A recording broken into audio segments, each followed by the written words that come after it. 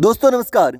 राजस्थान में उपचुनाव खत्म हो गए हैं, लेकिन सियासी बवाल और तेज हो गया है क्योंकि चुनाव में शांत बैठे घायल शेरों ने अब ऐसी हुंकार भरी है कि सरकार भी परेशानी में आ गई है, जिससे राजस्थान की सियासत में भी बवाल मच गया है। राजस्थान के दो बड़े नेता सड़कों पर उतर आए हैं।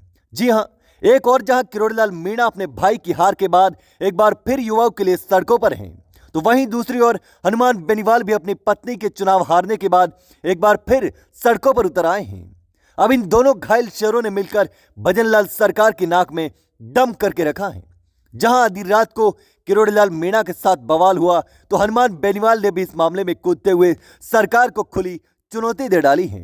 इन दोनों नेताओं ने मिलकर सरकार को इस कदर घेरा कि सरकार की मुश्किल बढ़ चुकी है। तो चलिए जानते हैं कि आखिर यह पूरा मामला क्या है और अब किरोड़ीलाल मीणा के साथ में हनुमान बेनीवाल क्यों आ गए हैं और क्यों अब किरोड़ीलाल मीणा बगावत पर उतर आए हैं। सबसे पहले बात करते हैं कि किरोड़ी बाबा के साथ क्या हुआ। दरअसल एसआई भर्ती पेपर लीक के मामले में किरोड़ीलाल मीणा लगातार सरकार के खिलाफ लड़ाई लड़ रहे हैं। एसआई भर्ती परीक्षा रद्द करने की मांग कर रहे हैं। उन्होंने इस मामले में कई बार अपनी आवाज उठाई और सरकार से एसआई भर्ती परीक्षा रद्द करने की मांग की, लेकिन हाल ही में जब उन्होंने अपने समर्थकों के साथ इस मामले में प्रदर्शन किया, तो पुलिस ने आधी रात उन्हें धमकाने के लिए एक छात्रा को उसके घर से उठा लिया और थाने ले गई। इस घटना के बाद किरोड़ीलाल मीणा खुद आधी रात को थाने पहुंचे और पुलिस को फटकार लगाई और उस छात्रा को छुड़ाकर वापस घर भेजा। इस पर कई सवाल भी खड़े हो गए कि क्या सरकार अपने मंत्री किरोड़ीलाल मीणा को दबाने की कोशिश कर रही है? क्या यह एक साजिश का हिस्सा है? क्या भजनलाल सरकार किरोड़ीलाल मीणा की राजनीति को खत्म करना चाहती है? क्योंकि बिना सरकार की अनुमति के पुलिस द्वारा ऐसी कार्रवाई संभव कैसे हो सकती है? और यह साफ दिखता है कि सरकार अपने ही मंत्री को कमजोर करने की कोशिश कर रही है। अब बात करते हैं हनुमान बेनीवाल की। उन्होंने इस पूरी घटना पर अपना गुस्सा जाहिर करते हुए भजनलाल सरकार को खुली चुनौती दे डाली है और किरोड़ीलाल मीणा का खुलकर समर्थन कर दिया है। तो ऐसे में लग रहा है कि दोनों नेता मिलकर अब सरकार के खिलाफ लड़ाई लड़ेंगे। तो चलिए आपको बताते हैं कि आखिर हनुमान बेनीवाल ने अब क्या किया है। दरअसल हनुमान बेनीवाल ने सोशल मीडिया प्लेटफॉर्म एक्स पर एक पोस्ट कर भजनलाल सरकार पर तीखा हमला बोला है। बेनीवाल ने लिखा कि राजस्थान में इतने बड़े स्तर पर एसआई भर्ती परीक्षा का पेपर आउट होने के प्रमाण मिलने और कई लोगों की गिरफ्तारियां होने तथा एसओजी द्वारा भर्ती परीक्षा रद्द करने की सिफारिश के बावजूद सरकार चुप बैठी है। क्योंकि लोकतंत्र में संवैधानिक रूप से अपने हक की बात करना प्रत्येक नागरिक का अधिकार है, लेकिन मंगलवार की रात को एसआई भर्ती को रद्द करने की मांग को लेकर पुलिस ने आंदोलन कर रहे छात्रों के साथ जो बर्ताव किया, पुलिस ने रात्रि में 12 बजे छात्रा को जबरन उसके घर से उठाकर हिरासत में लिया। उससे यह स्पष्ट होता है कि राजस्थान की भजनलाल सरकार बेरोजगारों के साथ भद्दा मजाक कर रही है।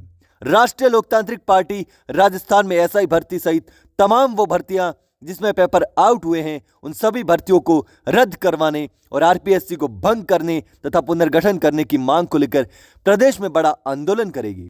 यह दुर्भाग्य है कि विपक्ष में रहते जो भाजपा पेपर माफियाओं के खिलाफ कठोर कार्रवाई करने के दावे कर रही थी, वही भाजपा सत्ता में आने के बाद पेपर प्रकरणों को असली गुनहगारों को बचाने में लग गई। हनुमान बेनीवाल की इस पोस्ट से यह साफ जाहिर होता है कि अब वह एसआई भर्ती परीक्षा रद्द करने के लिए राजस्थान में बड़ा आंदोलन करेंगे।